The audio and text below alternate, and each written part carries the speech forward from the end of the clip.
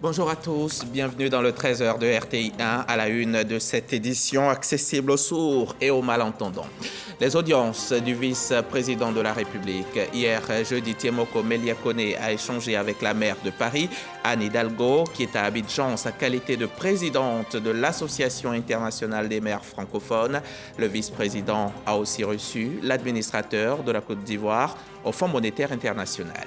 Le Premier ministre Patrick Achi vient de lancer officiellement les négociations entre le gouvernement et les partenaires sociaux pour l'instauration d'une trêve sociale qui, selon le chef du gouvernement, permettra de maintenir un climat apaisé en Côte d'Ivoire. Les précisions de Grace Kando dans 5 minutes exactement. En cette mi-journée, nous allons faire focus sur le GSPM, le groupement des sapeurs-pompiers militaires qui a pour mission de protéger les populations des dangers provenant de leur environnement immédiat. Le commandant Sako nous indique que le corps qu'il dirige est composé de spécialistes bien entraînés. Avant de développer ces titres, sachez qu'Abidjan est à nouveau à l'honneur. Quelques jours seulement après la tenue de la COP 15 sur les bords de la lagune Ébrié, la capitale économique de Côte d'Ivoire accueille une autre COP, celle sur le réchauffement climatique. Le vice-président de la République, Tiemoko Melia Kone, représentait le chef de l'État à la cérémonie d'ouverture au Palais de la Culture de Treichville. On va écouter le vice-président. C'est un bout de son intervention à la cérémonie d'ouverture ce matin. Mesdames et messieurs, face au défi du changement climatique, l'urgence conduit les États à améliorer les décisions et engagements en vue de trouver des solutions à l'équilibre de notre planète. C'est le moment de passer à l'action en synergie avec toutes les parties prenantes pour une lutte efficace. Dans ce cadre, la Côte d'Ivoire a revu à la hausse ses ambitions dans ses dernières contributions déterminées au niveau national, CDN, et adoptées récemment par le gouvernement. Ainsi, à travers l'accélération des réformes forestières, foncières et énergétiques, le gouvernement ivoirien porte ses contributions à plus de 30%, contre un niveau de 28% en 2015 à l'adoption de l'accord de Paris. Cela représente un coût global estimé à 22 milliards de dollars américains. Ce besoin financier nécessite la pleine opérationnalité des mécanismes alternatifs et innovants de financement, comme par exemple les fonds verts. La rencontre d'Abidjan est pour vous l'occasion d'adopter une position commune et forte pour faire entendre la voix des villes dans toutes les négociations et toutes les discussions au cours de cette COP 27. Il vous faudra apporter des propositions nouvelles dans la lutte contre le réchauffement climatique et garantir ainsi un avenir meilleur aux générations actuelles, mais surtout aux générations futures. C'était donc un bout de l'intervention du vice-président Tiemoko Melia Kone. C'était ce matin même au Palais de la Culture de Treichville. Je vous le disais en titre, la maire de Paris, Anne Hidalgo, est à Abidjan en sa qualité de présidente de l'Association internationale des maires francophones. Elle a été reçue hier par le vice-président de la République. Et à sa suite, Tiemoko Melia Kone a ouvert les portes de son cabinet à l'administrateur de la Côte d'Ivoire au FMI, le Fonds monétaire international. Les précisions d'Awa Touré. Après la COP 15 dédiée à la lutte contre la désertification, la COP des villes, un sommet international des maires sur le climat, initié par l'Association internationale des maires francophones, se tient à Abidjan les 1er et 2 juillet. La présidente de cette organisation, Anne Hidalgo, maire de Paris, reçu par le vice-président de la République, Tiemoko Méliette Kony. L'occasion de faire le point sur l'Assemblée générale de l'association et la lutte contre le changement climatique. Les villes ensemble ici à Abidjan pour apporter des solutions sur les questions relatives au changement climatique et pour porter un plaidoyer. Nous ferons une déclaration à l'issue de cette rencontre avec les maires venus de tous les continents qui soient portés ensuite au niveau des États. Je voudrais dire que le choix d'Abidjan ne doit rien au hasard. D'abord, nous sommes ici en Côte d'Ivoire, dans un pays où le président Alassane Ouattara a porté des projets, une prospérité, a porté aussi la paix dans ce pays. Et dans ce pays fonctionne aussi une grande ville, Abidjan, qui sert de référence. L'administrateur de la Côte d'Ivoire au Fonds monétaire international, FMI, en visite de consultation, est venu féliciter le gouvernement pour la résilience de l'économie ivoirienne face à la pandémie de Covid-19. Il a par la suite abordé avec le vice-président Tiemoko Méliette Kony les voies et moyens de faire face aux récentes crises, notamment alimentaires et énergétiques. Nous avons constaté que les Ivoiriens et les autorités ivoiriennes ont pu mener une politique vraiment ajustée sur la crise et taillée pour la crise, et nous espérons que cette politique continue à l'avenir. Et aussi, le Fonds monétaire international est prêt à accompagner le pays dans un programme qui pourrait mener encore plus le Côte d'Ivoire pour être un des leaders du pays de l'Afrique. Vous savez, actuellement, tout le monde se regarde vers l'Afrique et espère que la croissance soit au rendez-vous. Pour le Côte d'Ivoire, vous êtes déjà à 7%. L'administrateur de la Côte d'Ivoire au FMI a par ailleurs réaffirmé la détermination de l'institution financière à accompagner le pays dans ses efforts de développement. Reportage Awa Touré, Ambroise Asséman et Célestin Frodo. Le gouvernement et les partenaires sociaux fumeront-ils à nouveau le calumet de la paix? C'est en tout cas le vœu cher au Premier ministre Patrick Achi qui vient de lancer les négociations. Selon lui, selon le chef du gouvernement, cette autre trêve sociale permettra de consolider les acquis sociaux en vue de maintenir un climat de paix en Côte d'Ivoire. Grace Kando nous en dit plus.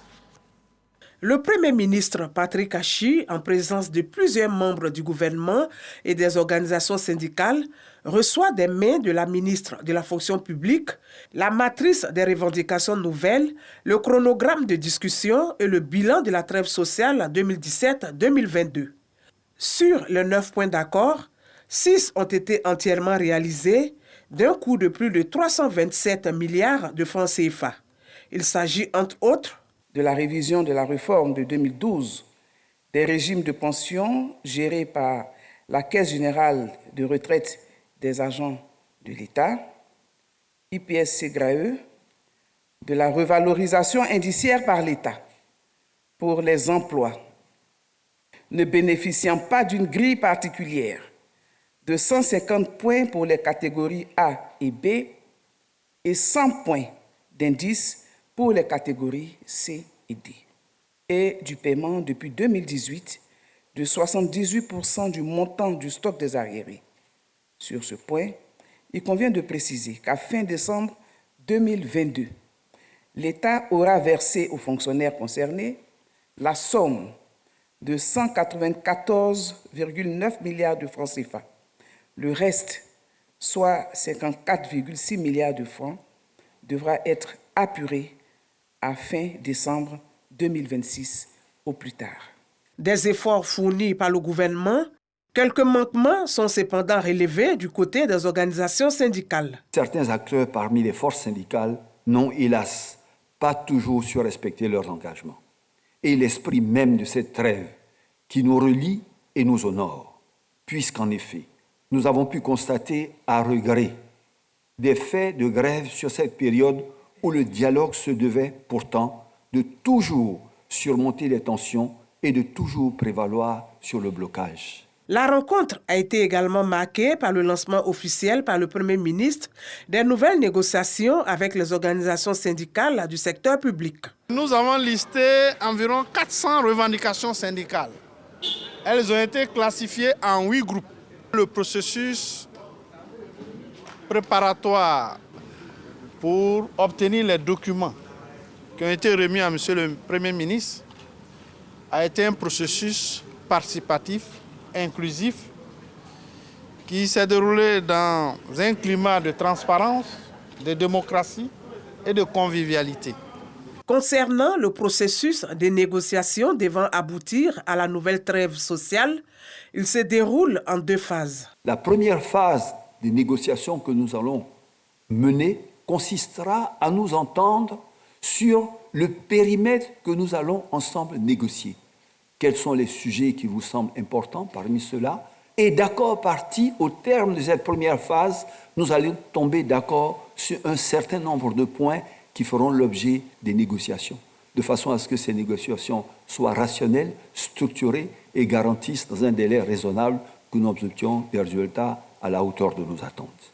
Alors s'ouvrira la deuxième phase des discussions que nous conduirons avec les organisations syndicales afin de nous permettre de finaliser les négociations dans le but de signer notre nouvelle trêve sociale.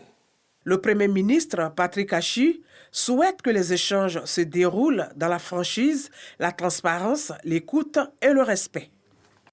Abidjan a accueilli cette semaine la 6e réunion générale de l'ECOMET, le comité communautaire de métrologie de la CEDEAO, la communauté économique des États de l'Afrique de l'Ouest.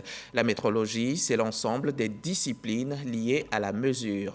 Cette 6e réunion avait donc pour objectif de veiller à l'amélioration de la mise en œuvre des règles communautaires en la matière. Le témoignage d'Espérance Diakale et Cheikh Kone Aboubakar. Réfléchir sur le renforcement et l'harmonisation des systèmes de météorologie des pays de la CEDEAO, c'est l'objectif de cette réunion. Plusieurs problématiques ont été abordées, entre autres l'amélioration de la fiabilité des instruments de mesure utilisés dans le domaine des hydrocarbures, des énergies traditionnelles et des énergies renouvelables. Dans toutes les interactions commerciales, c'est toujours important de mesurer. Et pour cela, il faut s'assurer que les mesures sont correctes et sont fiables. Et pour ça, il nous faut... La météorologie est un outil très important dans les échanges commerciaux.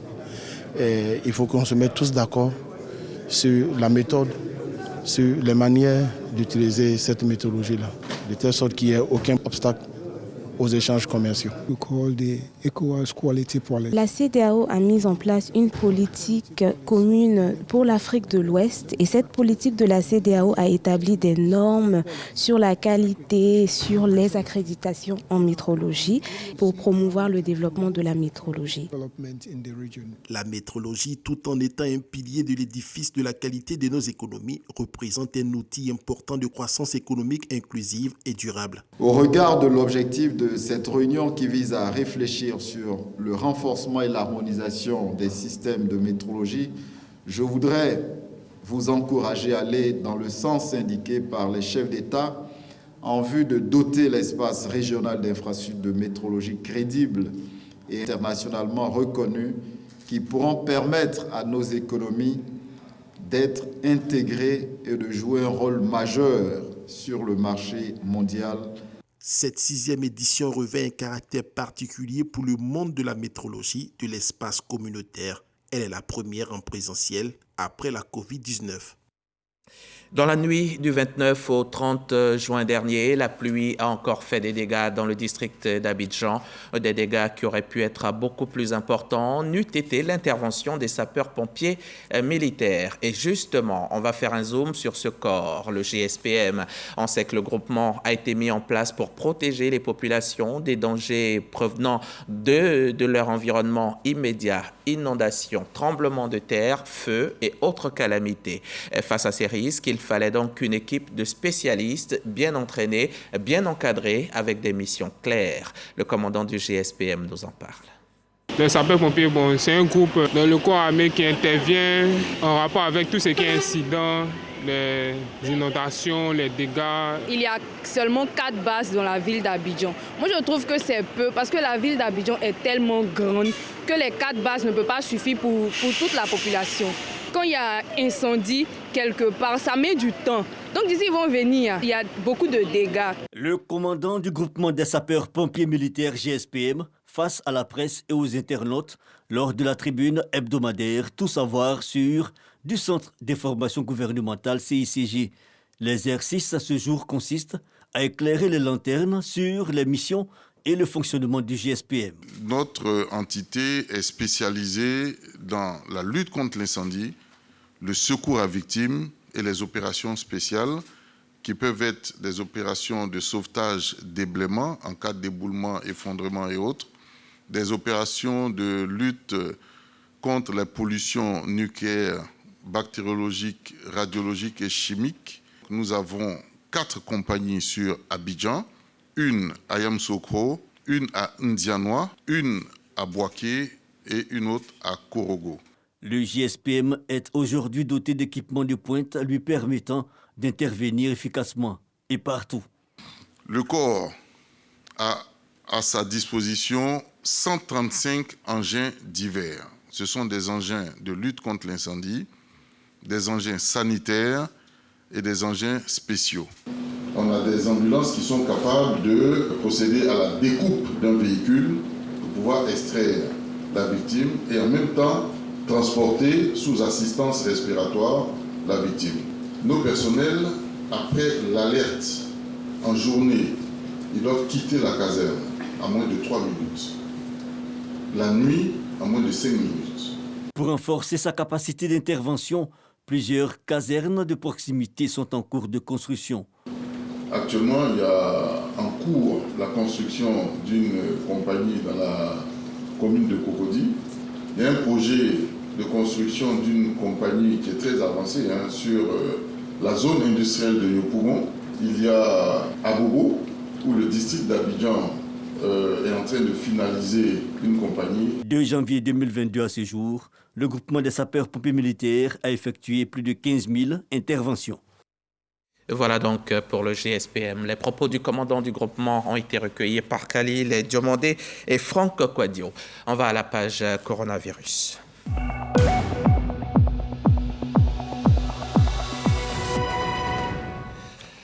154 nouveaux cas de Covid enregistrés hier jeudi. Nous sommes à ce jour à 83 463 cas confirmés en Côte d'Ivoire avec 805 décès. À l'échelle du monde, le virus a touché 547 millions de personnes pour 6,34 millions de morts. Jusque-là, il règne en maître. Il nous faut juste continuer à appliquer les gestes barrières et se faire vacciner. C'est à ce prix-là que nous vaincrons. Les populations de Sanankoro, région du Bafing, elles, ont vaincu la malédiction. Resté longtemps en marge du développement, Sanankoro connaît depuis quelques années une amélioration des conditions de vie de ses habitants. Et tous les secteurs sont concernés, notamment l'éducation et la santé. On vient même d'inaugurer le tout nouveau centre de santé de la localité. Eve Boué, correspondance. Les populations de Sanankoro, localité de la sous-préfecture de Koro, région du Bafing, sont en fête. Elles célèbrent le développement. 2013, inauguration d'une école primaire publique de 7 classes. 2020, électrification du village. Et aujourd'hui, ouverture officielle du centre de santé flambant neuf, tout équipé, réalisé avec le concours de Moussa Sanogo, ministre du budget et du portefeuille de l'État, cadre du Bafing. Elles rendent donc hommage au président Alassane Ouattara et au gouvernement. Quand les parents étaient malades, surtout les femmes enceintes, on les mettait sur les motos soit pour aller à Koro, à l'hôpital de Koro, ou bien pour aller à l'hôpital de Touba. Mais aujourd'hui, avec l'avènement de notre centre de santé, en tout cas, nous sommes très heureux. On n'a plus à faire ces longs trajets avec nos malades. Nous avons eu un centre de santé. Nous sommes heureux très content. Et toute la famille, tous les habitants du village, vraiment tout le monde est content. Merci au ministre Moussa Sanogo et merci au président de la République qui, grâce à eux, cette initiative de doter chaque village d'un centre de santé. Nous sommes vraiment fiers et ravis tout simplement. Le ministre Moussa Sanogo affirme être fier de contribuer à l'amélioration des conditions de vie des populations. De savoir qu'aujourd'hui, ils ont les moyens tout près de chez eux de pouvoir bénéficier de soins appropriés, mais c'est quelque chose vraiment qui nous réjouit. Nous souhaitons que ce mouvement puisse s'étendre à beaucoup d'autres localités et que partout dans notre pays, chaque Ivoirien puisse se soigner facilement et à moindre coût. Après les problèmes résolus dans les secteurs de l'éducation, l'électrification et la santé, les habitants de Sanankoro espèrent des autorités le règlement des soucis liés à l'approvisionnement en eau potable. De la santé à l'éducation, tout le monde a droit à l'éducation, y compris les filles.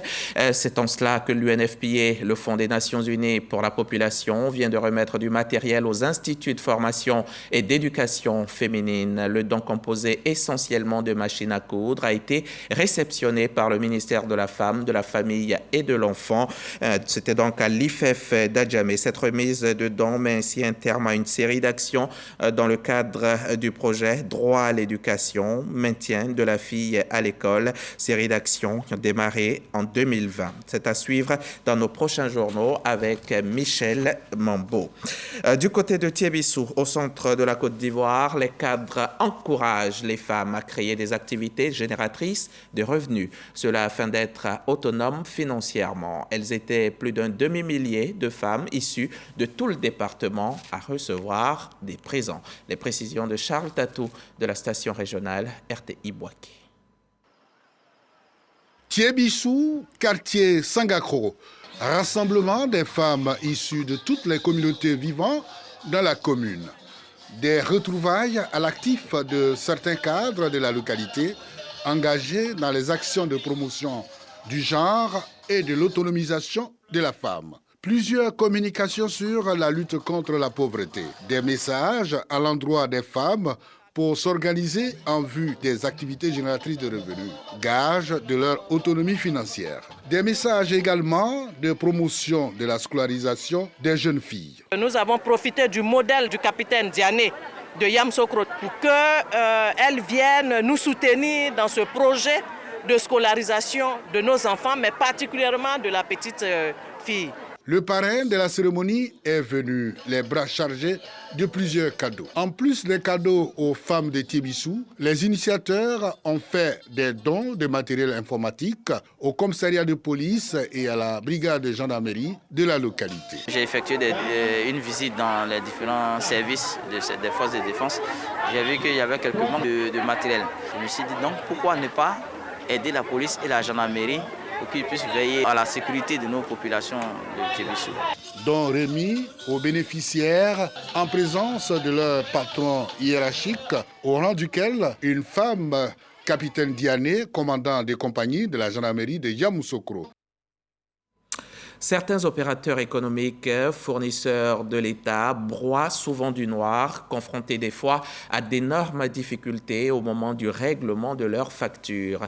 L'État met tout en œuvre pour désormais éviter de telles irrégularités, d'où cette sensibilisation des acteurs du secteur privé sur les procédures de la dépense publique. À Boisseau, première étape de cette tournée de sensibilisation.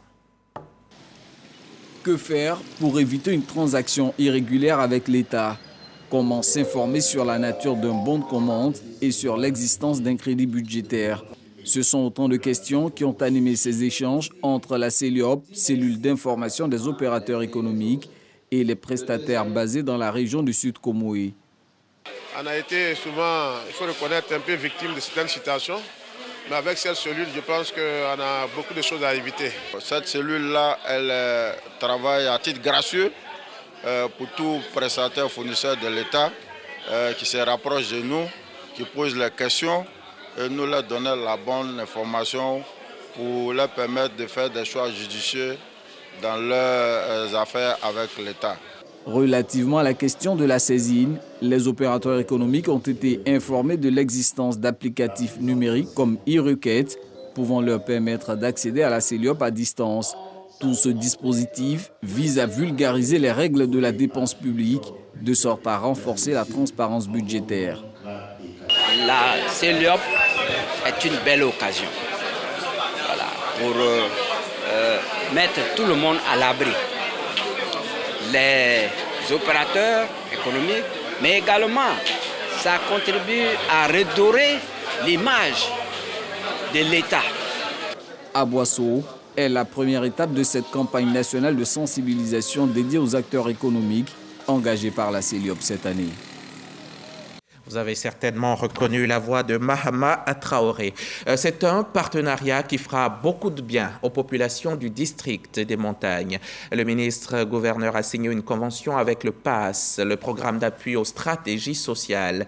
Grâce à cette collaboration, les populations seront mieux soignées. On notera également une amélioration dans le secteur de l'éducation. Plus de détails dans ce reportage de David Soyo et Sephora Zeki.